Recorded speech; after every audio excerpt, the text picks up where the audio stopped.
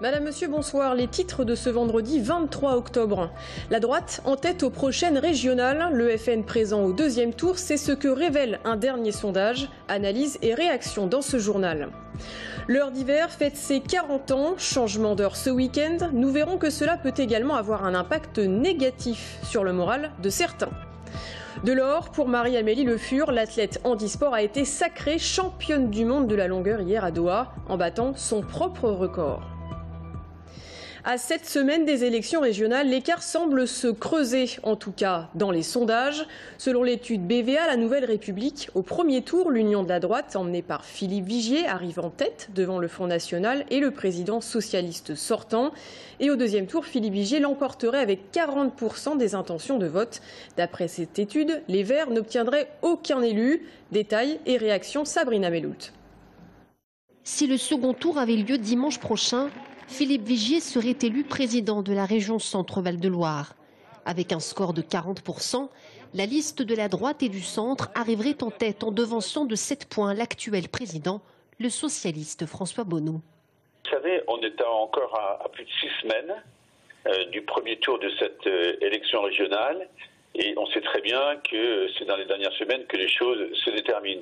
Moi, j'en appelle à la mobilisation générale de tous les hommes et les femmes du centre et de la droite qui veulent que dans cette région, on puisse choisir un nouveau destin, un nouveau cap, définir pour les années qui viennent. Avec 33%, François Bonneau arriverait en deuxième position. Plusieurs facteurs peuvent expliquer ce score. Le spectre de l'abstention que la droite et la gauche redoutent, la sanction d'une politique nationale qui peut largement influencer les électeurs et l'absence d'Europe Écologie Les Verts qui a décidé de faire cavalier seul. Il faut ramener les enjeux au niveau de la vie de nos concitoyens, là où ils ont des attentes qui sont des attentes légitimes, qui peuvent trouver une solution, non pas dans une réponse nationale qui apparaît comme décevante, mais dans l'engagement de leur région. Des élections régionales bousculées par le FN dans ce sondage, responsable d'une triangulaire qui lui donnerait 24% des voix au premier tour, 27% à l'issue du second. En somme, le Front National deviendrait la troisième force politique régionale. Un excellent score pour Philippe Loiseau qui conduit le parti, mais insuffisant selon le candidat qui croit véritablement que le FN fera encore mieux le 13 décembre prochain. C'est un score très net en région centre. Qui peut aujourd'hui dire quel sera le véritable gagnant? Moi, je pense qu'on obtiendra de meilleurs résultats et que peut-être une grosse surprise va arriver dans cette région centre. Un sondage qui sanctionne sévèrement Europe Écologie Les Verts, le grand absent à la sortie des urnes, puisqu'il n'atteint pas les 5%, score imposé pour pouvoir fusionner au second tour. Un parti qui, selon ce scénario, ne sera plus représenté dans l'arène régionale. Un coup dur pour Europe Écologie Les Verts, qui, allié au PS ces dernières années, avait parvenu à faire avancer bon nombre de ses projets. On ne part pas tout seul puisqu'on part avec Nouvelle Donne et le sondage ne prenait pas ça en considération. Alors que si on regarde les européennes, Nouvelle Donne c'était 3% et nous c'était 7%. Alors évidemment c'est des contextes très différents, mais je trouve que les données de ce sondage, en plus sur un échantillon de 800 personnes, ça reste quand même très relatif. Mais si les sondages peuvent donner des indications aux partis, ils ne sont pas toujours le reflet de la vérité des urnes. Celui-ci retranscrit néanmoins le contexte politique national. Avec des marges d'erreur allant de 1 à 2,7%, le verdict, lui, tombera le 13 décembre prochain. La thèse du cambriolage qui aurait mal tourné semble se confirmer à Saint-Laurent-en-Gâtine, près de Château-Renaud. Tôt hier, un homme de 24 ans issu de la communauté des gens du voyage a été blessé par balle par un homme à qui il aurait tenté de voler des outils. La victime a été opérée au CHU Trousseau, gravement blessée. Sa moelle épinière a été sectionnée. Le jeune homme va rester paralysé des membres inférieurs.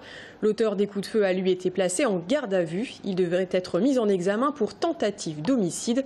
On écoute le procureur de la République, Jean-Luc Bec.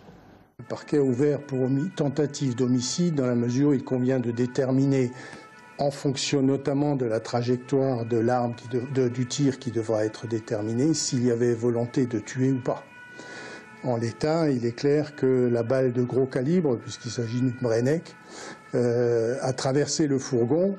Les conditions dans lesquelles se sont passés les tirs, il est clair que les conditions de la légitime défense ne sont pas réunies. L'heure d'hiver a 40 ans cette année. Ce week-end, changement d'heure, on gagne 1 heure de sommeil. Dans la nuit de samedi à dimanche, il faudra donc reculer votre montre d'1 heure. En clair, à 3 heures, il sera en réalité 2 heures. Mais ce changement peut aussi occasionner quelques effets désagréables sur notre santé. Moins de luminosité égale morale en berne pour certains. Romain Delville. L'automne, un ciel bas, grisâtre, les feuilles jaunes qui tombent des arbres et le moral qui tombe avec. Cela porte un nom, la dépression saisonnière, une tristesse qui s'installe, une diminution d'énergie, à ne pas confondre avec la dépression profonde. Nos tiroirs ne sont pas plus bourrés d'antidépresseurs que le reste de l'année, heureusement. Par contre, on explique aux gens qu'il faut booster l'organisme afin de bien préparer son organisme à l'entrée dans l'hiver, avec des complexes de vitamines, de minéraux, des oligo-éléments. Comme ça, l'organisme est boosté et on reste en forme tout l'hiver. Pour expliquer cette dépression d'automne, il y a le changement des conditions atmosphériques, le changement de rythme personnel, on sort moins, donc on a moins de vie sociale, et puis il y a moins de lumière. Le changement d'heure est important parce que ça décale un peu le sommeil, qui est un des facteurs majeurs pour l'humeur, la fatigue, l'énergie chez toute personne. La luminosité est un point important également, c'est-à-dire parmi les conditions climatiques, il y a aussi cette intensité de luminosité qui peut avoir son impact. Pour les personnes sensibles au changement d'humeur, il est conseillé de prendre de la vitamine D, du soleil en cachet ou encore de se tourner vers la luminothérapie à raison d'1 heure par jour de bon matin. Opération sauvetage pour les SEM de Tours. L'école de commerce, enlisée dans d'énormes difficultés depuis plusieurs années, tente de sortir la tête de l'eau. Une alliance vient d'être signée avec 2 groupes d'écoles de commerce, notamment Subdeco La Rochelle. Ces partenariats permettront ainsi aux étudiants de choisir parmi une dizaine de formations à la rentrée prochaine. Que retenir du procès des mariages chinois? C'est la question que pose l'émission Libre-Échange ce soir. Après 3 jours de débat, on tente d'y voir plus clair avec Sabrina Meloult et ses invités. Extrait. Aujourd'hui, il n'est plus là pour en parler, mais je pense qu'au procès, Jean Germain aurait été quand même, à mon avis, malmené par le procureur et par la présidente du tribunal. Jean Germain lui a dit « si vous refusez, je saurai en tirer les conséquences ».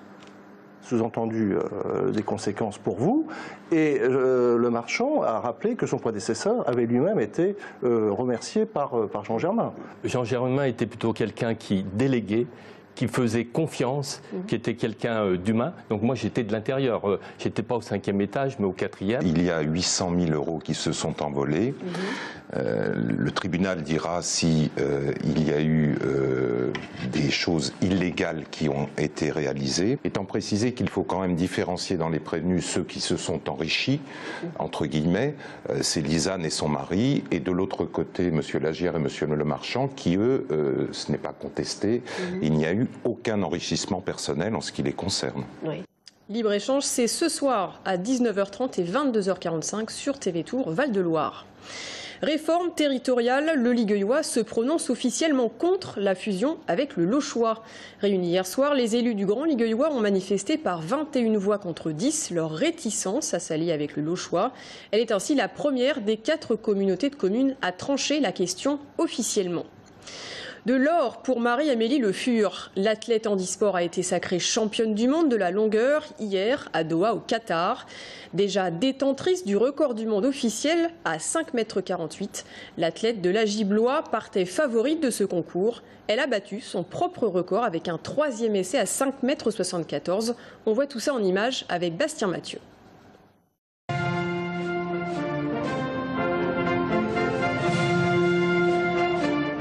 Une médaille d'or et un nouveau record du monde. Marie-Amélie Le Fur démarre de la meilleure des manières ses championnats du monde. La Loréchérienne a remporté le concours de saut en longueur hier soir. Une très grosse performance puisque les 6 sauts de Le Fur sont tous au-delà de son propre record du monde. Avec un meilleur saut à 5,74 lors de la 3e tentative, Le Fur explose de 26 cm la précédente marque. Elle aura donc survolé tout le concours et s'impose sans contestation possible devant une Hollandaise et une Japonaise. Les championnats qui ne font que commencer pour Le Fur. Ce soir, place aux demi-finales du 200 mètres avant la finale demain après-midi à 15h35. Elle enchaînera ensuite la semaine prochaine avec le 100 et 400 mètres.